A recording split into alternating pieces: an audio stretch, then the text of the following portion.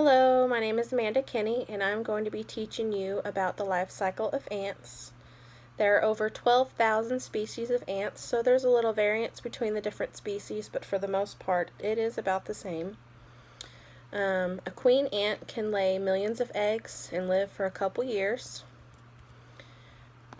There are ants in all parts of our lives. We see them in our houses, outside. There are even ant farms. I had one of those as well growing up. It was nice watching the different features and the life cycles, and it was just something new to learn as a kid. The ant starts out as an egg, which is laid by the queen. The queen is the only one that can lay the eggs.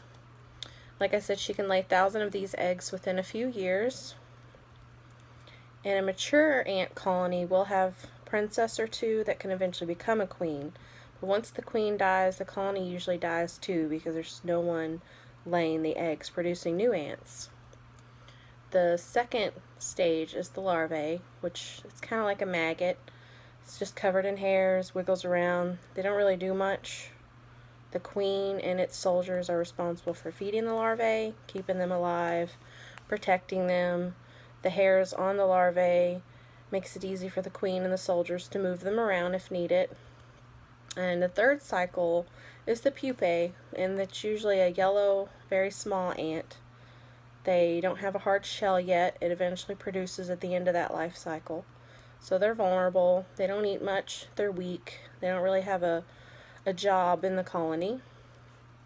The final cycle is the mature ant. It has a hard shell, and this is when they are assigned a role within the colony.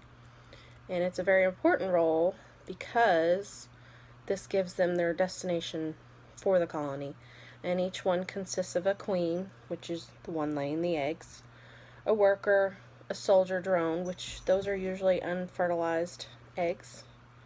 And then in the strong colonies, like I said, they're the princess, and they can eventually become a queen.